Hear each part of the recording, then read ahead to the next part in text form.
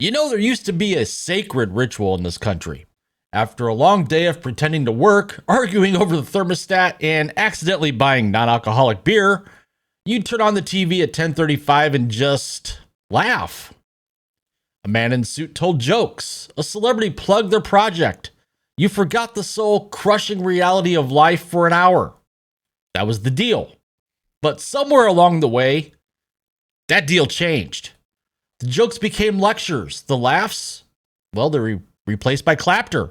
The awkward sound people make when something isn't funny, but they know they're supposed to agree.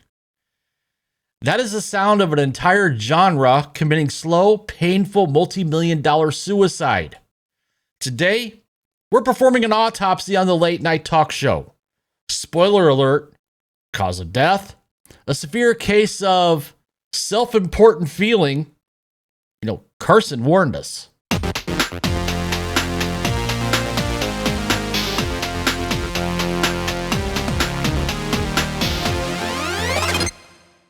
Hey folks, welcome back to the channel. It's your friendly neighborhood critic, the Critical Nerd, and today we're taking a shovel to the rotting corpse of late night comedy.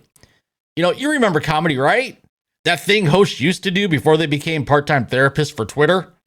So smash that like button, subscribe if you've ever yelled, "Just tell the damn joke," and share this video with someone who still thinks Stephen Colbert is edgy, because it's time for From Punchline to Punditry, the fall of late night talk shows. Let's dig in. Ah yes, the golden age when funny was funny. Before politics took over punchlines, there was a king, Johnny Carson. For 30 years, he ruled the Tonight Show with nothing but charm, goofy skits, and perfectly timed monologues. And a few zingers in there too. He didn't avoid politics. He just didn't let it hijack the show. And I quote, "Tell me the last time Jack Benny or Red Skelton did serious issues. That's not what I'm here for." That was Johnny Carson. He warned of the danger of entertainers developing a self-important feeling, the belief that their jokes matter too much. And that, my friends, is where today's hosts faceplant. Johnny Carson didn't care if you were red or blue. He just wanted you to laugh. Then came Jay Leno, who had the Leno doctrine. Roast everyone or roast no one. He was Johnny's successor and the last true apolitical giant in late night history. He didn't coddle one side. He mocked both, equally and often. And I quote, "I'd get one letter saying, 'Dear Mr. Leno, you and your Republican friends,' and the next day, 'I hope you and your Democratic buddies are happy.'" Yeah, that was Jay. That, he said, was the sweet spot. That meant he was doing it right. And guess what? The numbers backed it up. 22 years ratings gold. A bipartisan burn unit with punchlines for all. And here's another quote from Jay. "Why shoot for half an audience when you can get the whole?" A question modern hosts, they never bothered answering. So after Jay retired, then came the activist hosts, the Colberts, the Kimmels, the Meyers of the world, who traded gags for grievances. Colbert, number one in the ratings. Sure. But the Late Show is hemorrhaging cash.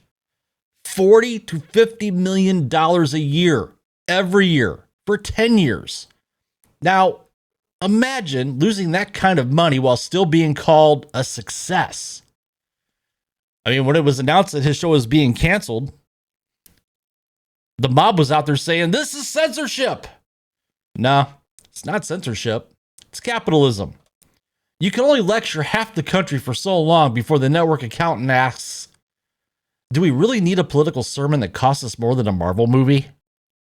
Spoiler, they don't. Now, you know what replaced the jokes? A thing called the Clapter. Never heard of it till doing research for this video. That hollow, awkward sound of agreement instead of amusement. Where the punchline isn't funny, it's ideologically correct. Jimmy Kimmel went from prankster to PSA delivery system. Seth Meyers, his show feels like a nightly college lecture in an empty liberal arts classroom. Even Jimmy Fallon tried to stay out of politics. That was until he messed up Trump's hair once in 2016 and got flamed into submission. Suddenly, not being political was itself political. Welcome to modern comedy. Pick a side, or one will be picked for you. Now, the results of all this, well, the audience has left the building. It's been a disaster. Fallon's audience has dropped 51% between 2019 and 2025. Ad revenues cratered. Seth Meyers literally had to fire his band. And Colbert, well, yeah, he's done. His show's done in 2026. He's been canceled. Well, not just canceled. The Late Show's done, period. And it's not for being bold. It's for being expensive and boring. Even younger viewers walked away. They'd rather laugh with YouTubers, TikTokers, or Greg Gutfeld than endure another Clapter crisis from the millionaires in suits. Because the average American doesn't want to be enlightened at midnight. They just want to laugh at something dumb while cracking open a beer. And needless to say, these shows forgot that. So here's some final thoughts. Late night talk shows weren't canceled. They self-destructed. They forgot their job wasn't to validate one side of the aisle. It was to roast the whole damn circus. Jay Leno knew it.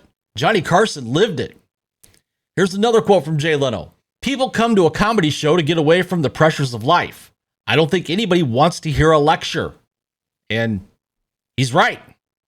We've lost the weirdness of Letterman, the absurdity of Conan, the silliness of jaywalking, and the magic of a nation laughing together.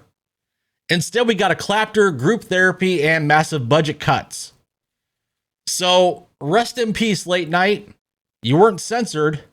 You just stopped being funny. And if you can't be funny, at least try not to lose $40 million a year.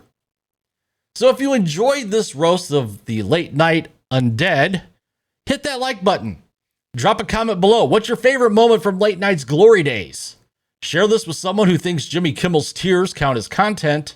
And subscribe and smash subscribe so you never miss a media autopsy from me, the Critical Nerd. Until next time, funny is funny, Clapter is not, and Jimmy Kimmel, he still needs a hug.